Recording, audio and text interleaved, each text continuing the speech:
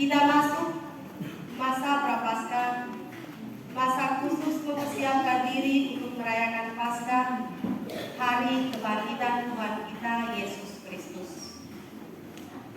Selama 40 hari kita akan mempersiapkan hati dan diri kita dengan berdoa dan beribadah, berpuasa, pantang dan mati raga, melakukan amal kasih sebagai ungkapan tobat dan pembaharuan diri. Salah satu bentuk dari usaha tobat dan pembaharuan diri adalah melalui kegiatan aksi puasa pembangunan. Pada tahun 2017, kita pernah membicarakan tema ekologi dengan judul Selamatkan Ibu Bumi. Dan pada tahun 2023 ini, kita kembali membicarakan lagi tema ekologi dengan judul Keadilan Ekologis sebagai Ekspresi Iman. Ada dua hal penting berkaitan dengan tema ini, yakni pertama, keadilan ekologis. Dalam bahasa sederhana, manusia harus bersikap dan bertindak adil terhadap seluruh alam ciptaan. Manusia tidak boleh bersikap egois dan bertindak sewenang-wenang terhadap alam ciptaan, merusak dan mengeksploitasinya untuk kepentingan manusia semata-mata. Manusia harus tetap menjaga keseimbangan hidup seluruh alam ciptaan. Manusia harus menjaga dan merawatnya dengan baik. Kedua, ekspresi iman. Dalam Mazmur 8, manusia menyadari diri sebagai ciptaan Tuhan yang istimewa. Manusia adalah mahkota dari seluruh ciptaan. Dengan menjaga, merawat, dan memelihara bumi dan seluruh alam ciptaan, dia mengakui Tuhan sebagai Sang Pencipta atas dirinya dan atas semua makhluk lainnya. Seluruh diri, hidup, dan keberadaan manusia tidak terpisah dari seluruh makhluk ciptaan lain. Semua makhluk dengan keberadaannya turut menghormati dan memuliakan Tuhan. Tema ini akan dibicarakan selama 5 minggu. Tema minggu pertama pada hari ini, realitas keadilan ekologis di wilayah kita. Bacaan kitab suci pada hari Minggu pertama Prapaskah yang barusan kita dengar tadi menjanjikan kepada kita dua realitas yang sangat kontras, sangat berbeda. Dalam bacaan pertama, kitab Kejadian menyajikan cerita tentang penciptaan manusia dan Taman Eden serta dosa manusia pertama. Tuhan Allah membentuk manusia dari debu tanah dan menghembuskan nafas hidup ke dalam hidungnya.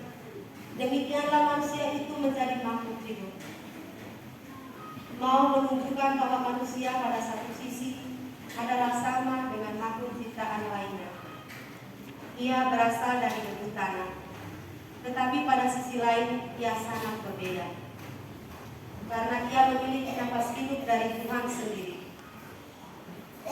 Tuhanlah yang menghembuskan nafasnya ke dalam hidup manusia dan manusia menjadi makhluk hidup.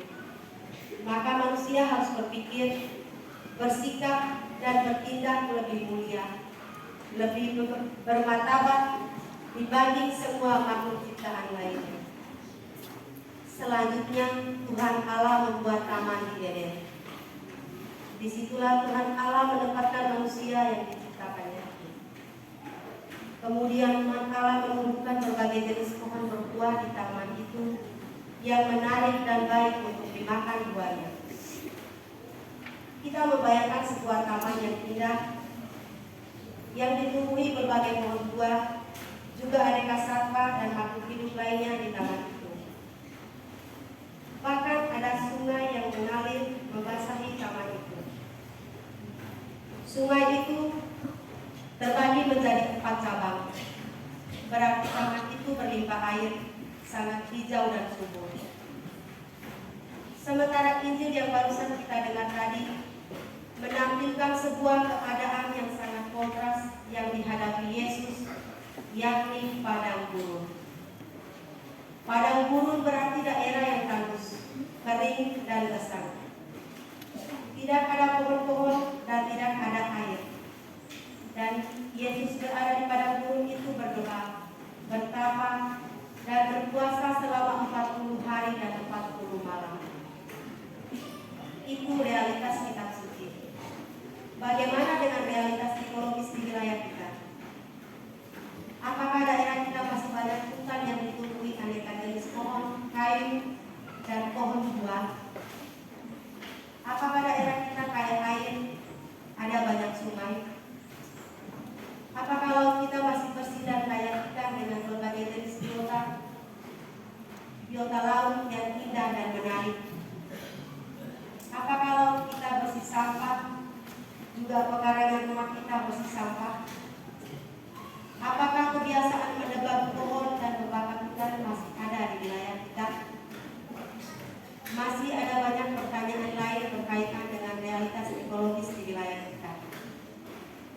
Mari kita amati dan memperhatikan bersama selama minggu ini melalui kesempatan pertemuan dan percakapan di rumah, di KBG, di lingkungan, di paroki, di komunitas-komunitas, dan di sekolah-sekolah. Semoga dengan melihat dan menyadari realitas yang ada, kita dibantu untuk mencari dan menemukan solusi yang tepat. Selamat melaksanakan aksi puasa pembangunan. Tuhan memberkati Bunda Maria, Tuanma, Reina Lanatika, melindungi dan mendoakan. Fransiskus Boponggung, Uskup Laratika. Demikian pembacaan surat Gembala Uskup Laratika APP 2023.